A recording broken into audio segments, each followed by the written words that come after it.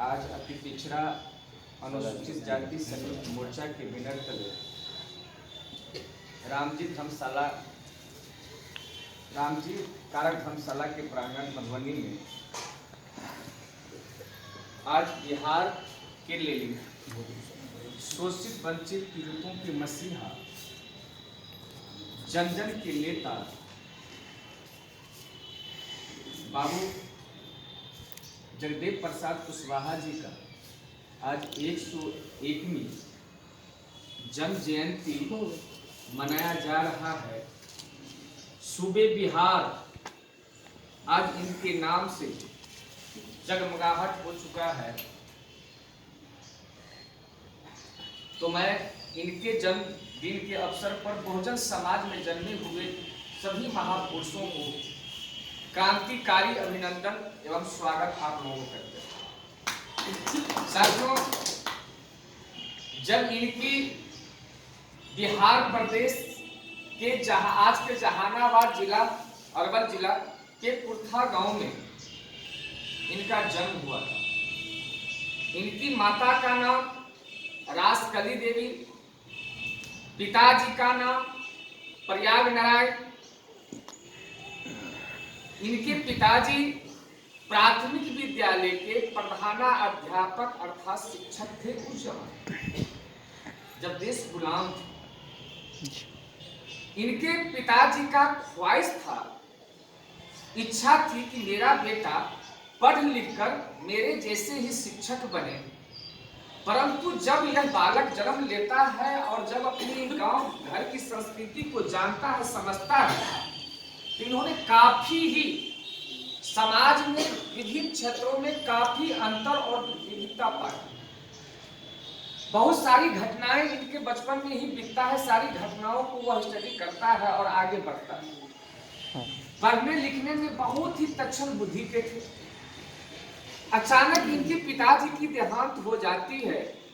घर में 3 भाई, दादाजी, इनकी विधवा माँ, 2 बहनें और कमाने वाले इनके पिताजी प्रयाग नारायण ही थे।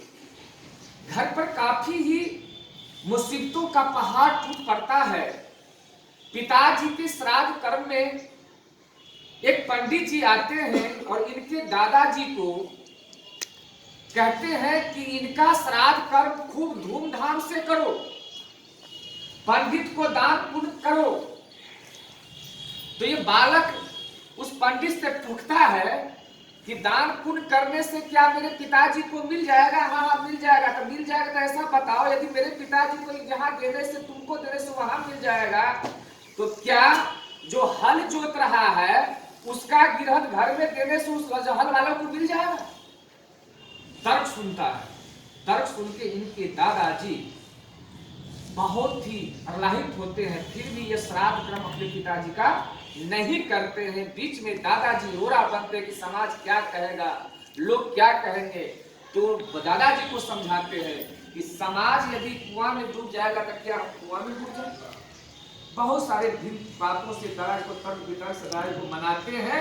और उस जमाने में वह अपने पिताजी का श्राद्ध कर्म नहीं करता है। ब्राह्मणवादी जो संस्कृति है उसको वह लात मारता है। और जितने भी ब्राह्मणवादी हिंदू देवी देवता उनके घर में थे, सारा चीज को पिताजी के साथ ही परवाह करते। समय बीतता है, चंद्रदेव वर्मा से इनकी मुलाकात होती है, जो बहुत बड़े समाजवादी शोषित नेता थे। फिर वह पटना में आते हैं। इनके माताजी पूंजीपति जितने भी थी, गहना कहना सारा बेचकर इनको 11 रुपया देते हैं। ये अनजान शहर पटना में आते हैं और गांधी मैदान में चुपचाप मायूस होकर बैठते हैं। वहां बैठते हैं गांधी मैदान में, तो बीएन कॉलेज के माली उसको बालक को देखता है, उनकी नजर उस पर पड़ता है। हीरा जोहरी जो होता है वो जोहरी को ही पहचानता है। वह माल उसको पहचान लेता है, उसको आदान प्रदान होता है, परिचय पात्र वह सारी घटनाओं से जगदेव बाबू उनको बताते हैं। तब जाकर बीएन कॉलेज में नामांकन उस माली की कृपा से उनका होता है और वह पढ़ते लिखते हैं। और उनकी छात्रावास में सीट नहीं मिलती है। जाति विविधता इतना ही थी क्योंकि ये ओबीसी से आते थे, ये सब्जी फरोश खेती करने वाला कोई भी समाज के थे, वहां भी छुआछूत थी।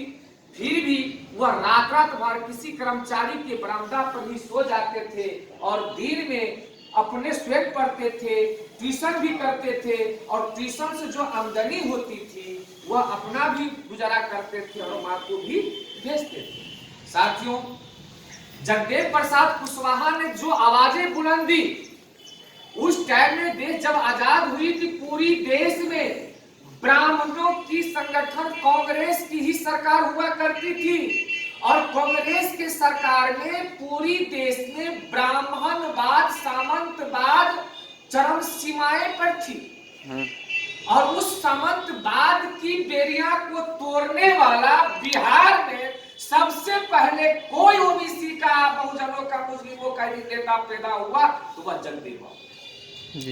जगदेव बाबू को जानना और जगदेव बाबू को मानना ही संविधान में जितने भी आर्टिकल लिखे हुए अधिकार हैं अपने आप आपको जानकारी मिल जाएगी। साथियों, जगदेव बाबू के कहने के लिए, उनकी पर टिप्पणी करने के लिए बहुत सारी बातें हैं, कितनी बातों के मैं छू, लेकिन मैं धन्यवाद देता हूं कि अति पिछड़ा अनुसूचित जाति संयुक्त मोर्चा ने जो कार्य किया है वह काबिले तारीफ है और आप लोगों की जो धैर्यता है, आप लोग से मेरा गुजारिश होगा कि आप हिम्मत नहीं हारे। हम लोग मुस्लिम हैं, वर्षों से, हजारों से, सदियों वर्षों से बांटे हुए लोग हैं और बांटे गए जो लोग होते हैं उसको इकट्ठा करना कोई साधारण कार्य नहीं है, असाधारण कार्य है।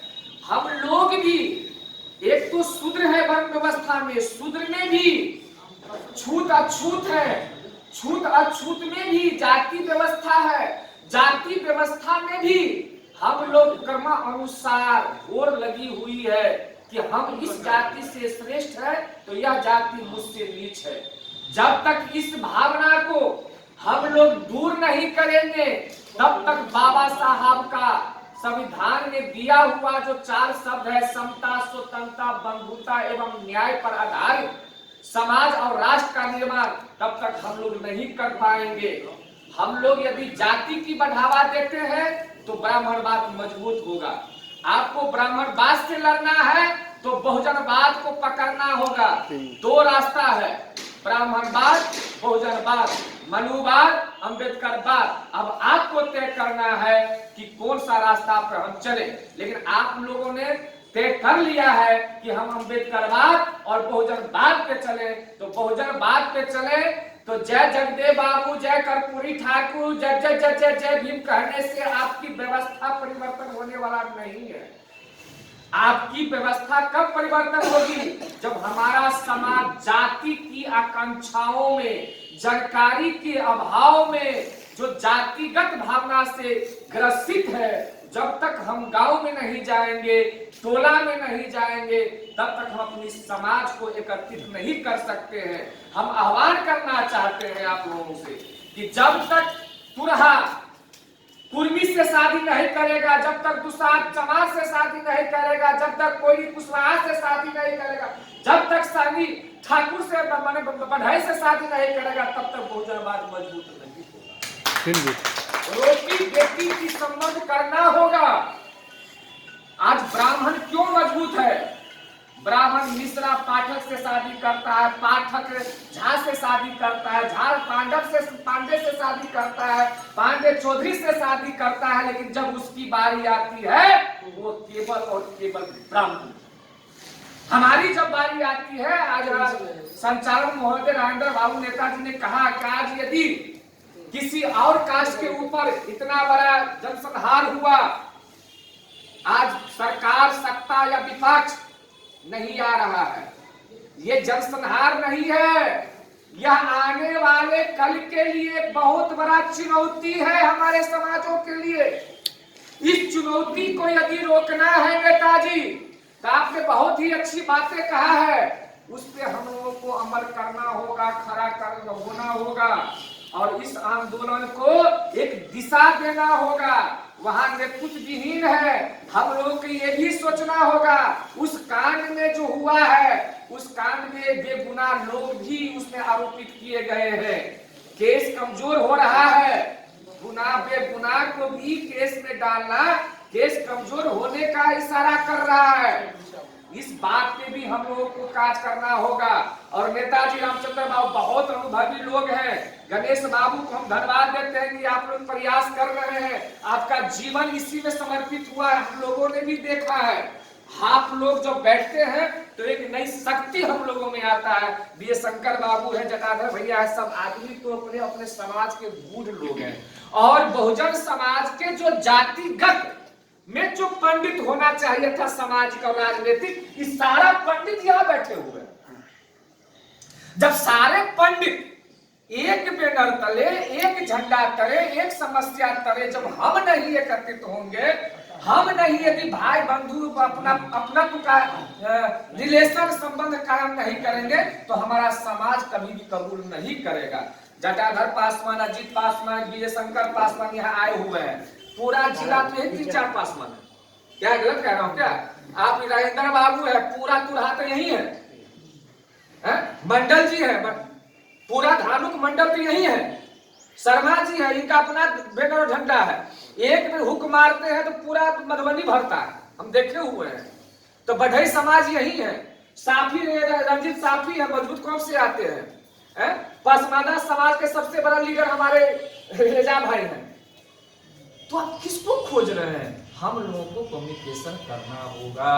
हम लोगों को गली कुची की जो हाईवे है, उस हाईवे को, नेशनल हाईवे को छोड़कर ग्रामीण हाईवे की ओर बढ़ना होगा। तब हमारा संगठन मजबूत होगा। हमें हमारे समाज में जो वंचित लोग हैं और शिक्षित लोग हैं, उसको जनजागृति करना होगा। तब हमारी आंदोलन आगे बढ़ेगी। आप लोगों ने मुझे अवसर दिया, इसके लिए आभार, धन्यवाद। जय भीम, जय भारत, जय भीम, जय कर्पूरी। संशोधन करना चाहते हैं।